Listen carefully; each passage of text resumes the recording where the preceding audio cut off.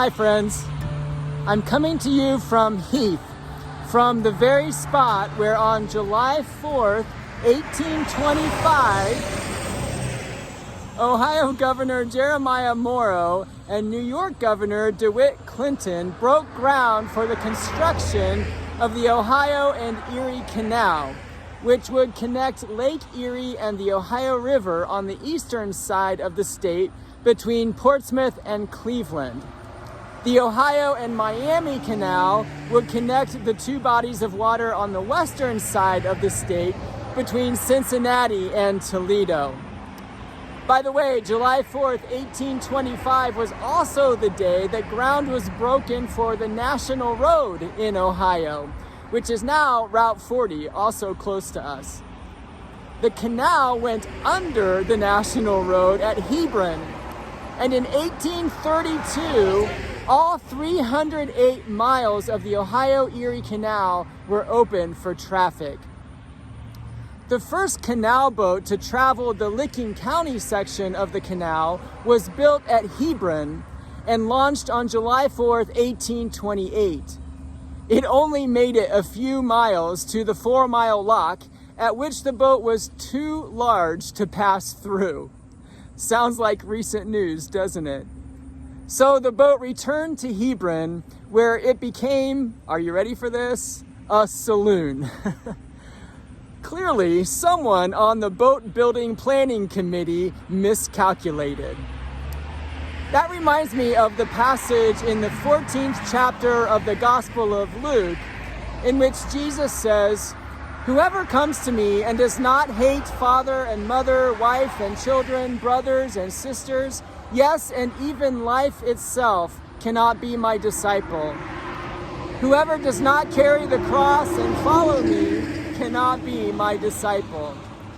For which of you, intending to build a tower, does not first sit down and estimate the cost to see whether he has enough to complete it?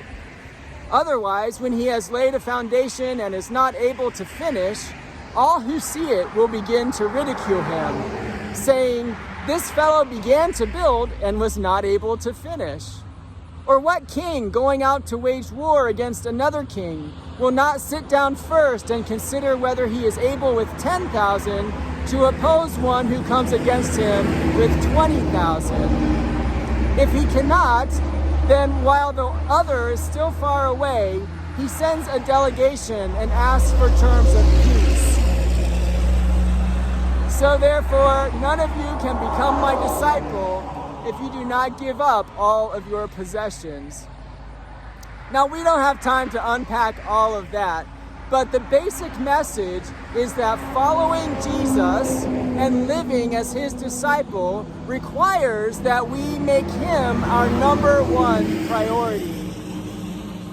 In the last verse, Jesus makes the point that possessions can't take top priority.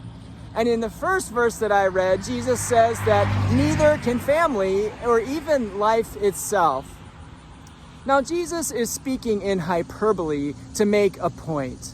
Of course, we are to love our family.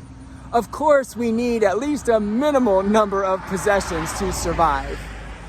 Family and material resources are important.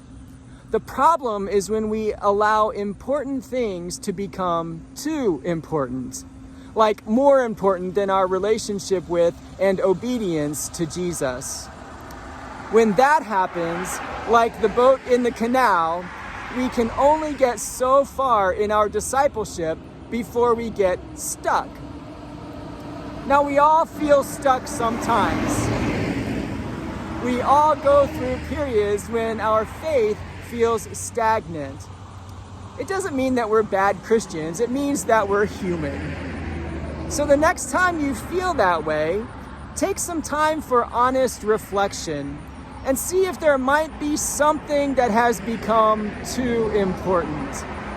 And if that's the case, then ask God to help you put it in proper perspective and to get you moving again in the direction of God's will. Thanks for listening. I'll see you again tomorrow.